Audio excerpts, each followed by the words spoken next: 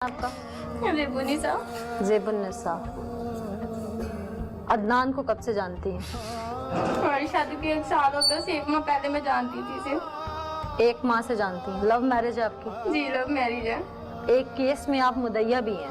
किस केस में? थाना सिविल लाइन के केस में। उसने मुझे जबरदस्ती से मार पीट के मेरे साथ ये जबरदस्ती करवाया था। किसने? अदनान ने। मैंने अभी तक हार्श लैंग्वेज नहीं इस्तेमाल, मैं औरत हूँ। मैं बहुत सारी इन्वेस्टिगेशन के बाद यहाँ तक पहुँची हूँ। थाना सिविल लाइन का जो केस था उसका क्या मामला था? वो एक उमर फरूक लड़का था, मैं उसे नहीं जानती थी। उसने मेरे साथ किया था, उसे बड़ा मना किया था कि तू मेरे साथ ऐसा ना करो। उसने वाकई मेरे साथ भी किया था। अदनान ने मुझे उसके पास भेजा था। तो उसे जब किया तो उसके पास सिविल लाइन थाने ले गया था। वहाँ की पुलिस को भी इसने पैसा दिया था। मैंने तशवीशी वहाँ के तशवीशी से कहा था, वो जो आदमी इन्होंने मेरा बाप बनाया था, मैंने तशवीशी से कहा था, वहाँ का जो तशवीशी था, क्या बच्चे था तशवीश कर। उसने कहा तुम इसकी बेटी हो। मैंने बातें बहुत उल्ट पुलट कर दी कि इनको किसी बात पे शक हो जाए, ये उस पे FIR ना करवाए, क्योंकि मुझसे जबरदस्ती करवा रहे थे। तो फिर उन्होंने क्या कहते हैं, उन्होंने मेरी कोई भी बात नहीं सुनी। उन्होंने पर्चा दे दिया तशवीश। अब था सिविल लाइन थाने जाके वहाँ से तफ्तीशी कौन था? मुझे नहीं नाम पता किसी का। कुछ शक्ल देख लूंगी तो पहचान जाऊंगी। वहाँ के मैंने बात उल्ट पुलट भी की थी कि वो शायद पहचान सा है कि इसकी बेटी नहीं है। तो फिर उन्हें क्या कहते हैं, उन्होंने क्या कहते हैं, वो पर्चा दे दिया था उस पे ना। तो रेप का पर्चा? हाँ रेप का पर्चा उसे दे दिया था। 1 माह वो जेल में भी रहा है। मैंने बहुत मिन्नतें की थी कि उसको निकलवा दो जेल से।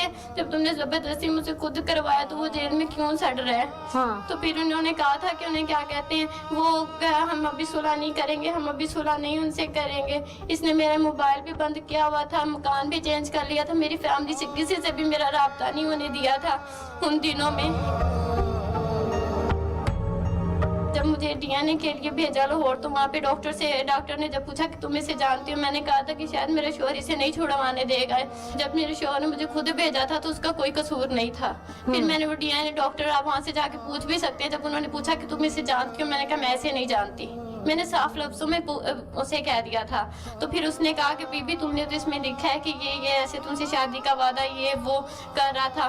फिर मैं चुप करके मैंने वो जो उसने ऊपर लिखा हुआ था कागज के, मैंने कहा जी ऐसे ही है। उसके बाद फिर इसने मुझे फोर्स किया था। किस बिहाफ पे फोर्स करता था आपको? इसने कहा था कि तुम ऐसा काम करो। मैंने कहा था मैं ऐसा नहीं कर सकती, मेरे पीछे फैमिली है, मेरी फैमिली को पता चल गया तो मुझे जान से ही मार देंगे कि हमने आज तक ऐसा ना कोई घटिया काम किया, ना ही हमें ऐसी घटिया जरूरत है।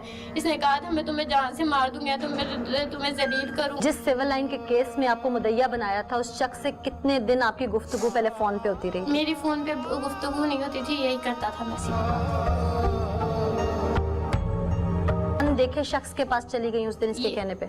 इसने मुझे बहुत मारा था और मेरे पास और कोई चारा नहीं था। इसके पास मेरी इसने मेरी पिक्स वगैरह बनाई थी। इसने कहा था मैं फेसबुक पे दे दूंगा और मैं कहूँगा कि इसने खुद ही ऐसी अपलोड की है तो मैं कहीं का नहीं छोड़ूंगा। इसने मेरे साथ बहुत ज्यादतियां की। मैं तो कहती हूँ इसे जिंदगी भर भी जेल से मत छोड़ना। आप थाने में खुद क्यों नहीं चीख के बोली कि मेरे साथ ज्यादती हो रही है? वालदा तक आपकी रसाई नहीं थी, फोन बंद था आपका। पुलिस वाले इनके साथ है तो मैं क्या करती? जब मैंने तशवीशी को साफ लफ्जों में कह दिया था ये जो असल में मेरा बाप बना पड़ा है, इसे आप पूछे कि मैं इसकी बेटी हूँ कि नहीं। अदनान से कैसे मुलाकात हुई थी आपकी? हमारी शादी की थी ना, तो उनकी डेथ हो गई थी, पटवारी थे, उनकी पेंशन वगैरह भी नहीं। वो इधर जाती थी AC के दफ्तर में, अबूजर लीडर था। ये ना मामा की फाइल आज से 2 साल पहले तक की बना के रखी है। इतनी ने साइन वगैरह कर दिए थे। इसने ना मामा से कहा कि आप ना मुझे अपनी बेटी का रिश्ता दो, मैं फिर पेंशन के कागज भेजूंगा।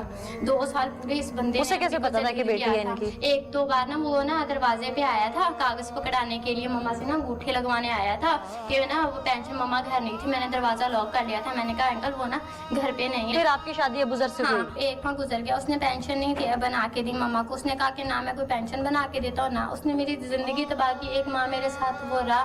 फिर उसने उन्हें क्या कहते हैं, फिर उसने मुझे डिवोर्स दे दी। उसने कहा तुम लोग मेरा कुछ भी नहीं बिगाड़ सकते, मेरी नौकरी है, मैं आदमियों को जानता हूँ, मैं तुम्हें नशर करूंगा। उसके पास मेरी तस्वीरें पिक्स वगैरह थी।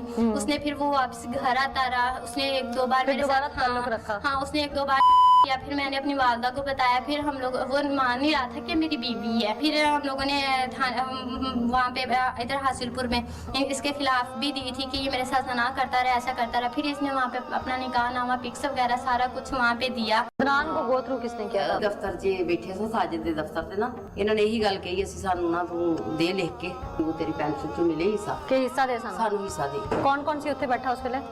ਇਹ ਸਾਜਿਦ ਸੀ ਤੇ ਇੱਕ ਉਹ ਜਿਹੜਾ ਸੀ साजिद साफी।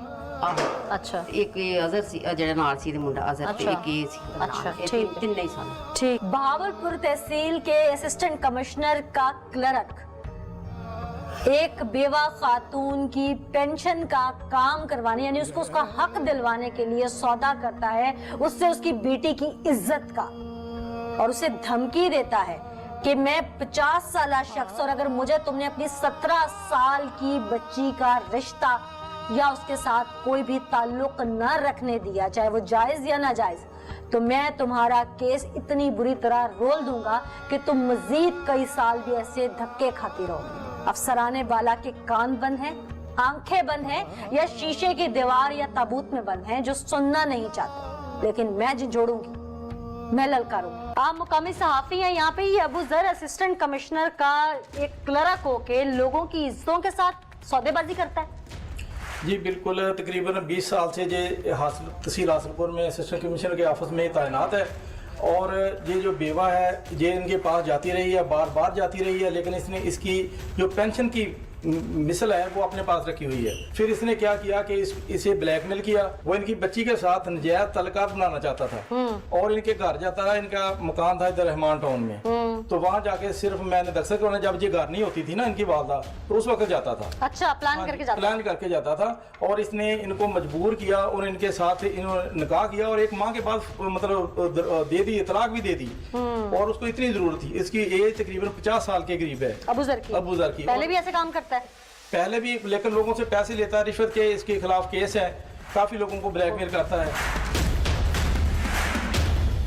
इसके खिलाफ कोई कार्रवाई नहीं होती। क्या डीसी से लेके एसी तक सब मिले हुए हैं इसके साथ? बिल्कुल सब मिले हुए हैं जी। इनके खिलाफ जब भी हम आवाज उठाते हैं तो ऊपर से हमें मतलब दबाव डाला जाता है, फोर्स किया जाता है, जो सियासतदान है जी जहाँ के। मामूली से क्लर्क के लिए कोई सियासतदान क्यों जोर डालेगा? बात समझ नहीं आई मुझे। वो इनसे हिस्सा लेते हैं ना जी। इस तहसील हासिलपुर के जितने भी उनके टिकट होल्डर या उनके नुमाइंदगान हैं, उनको जांचने की जरूरत है। चाहे ये मुंतखब जमात है तो चाहे ऑपोजिशन है, ये लोग एक क्लर्क के हाथ बिक रहे हैं तो मुल्क क्या चलाएंगे? मैं ताज्जुब में पड़ गई हूँ ये बात सुन के आपकी। जी बिल्कुल ऐसे ही, और हकीकत है, 100% हकीकत है। ये इनसे पैसे लेते हैं, हिस्सा लेते हैं, या इनसे निजायज काम करवाते हैं। इसके जो असासे हैं वो चेक किए जाएं। अबू जर के इसने लाहौर में अपने मतलब कोठियां ली, खरीद की हुई हैं। अच्छा। हाँ जी, और वो मेरा ख्याल करोड़ों में होगी, और इसने रकबा भी बनाया हुआ है। 3 गाड़ियां इसके पास। आप एक जर्नलिस्ट थे, आपके पास अप्रोच के बहुत सारे इदारे हैं। एक अदनान जैसे ब्लैकमेलर के साथ आपने इन 2 माँ बेटियों की मीटिंग कैसे करवा दी? कि आप तो समझते हैं चीज़ों को। ये वैसे ही बैठे हुए थे जी, तो उन्होंने कहा जी हम बहावलपुर से आए थे किसी गाड़ी के सिलसिले में, उनकी कोई गाड़ी थी इधर, उस सिलसिले में आए थे। तो उन्होंने कहा जी हम इनका काम करवा देंगे, हमारा वकील भी अपना है, फ्री वकील करके देंगे, तो हम इनका फ्री केस लड़ेंगे। आप अदनान को पहचान नहीं सके? मेरी उसके साथ इतनी मुलाकात नहीं थी। अजहर हमारे हासिलपुर का था, वो उसके साथ ही आया था जी। अजहर को जानते थे कि पहले से क्या करता है? अजहर का इतना पता था कि उसका एक शोरूम है जी। नाजरीन, किसी को नहीं छोड़ेंगे, एक एक को बाहर निकालेंगे ताकि ऐसा कोई गिरोह दोबारा फन ना फैला सके।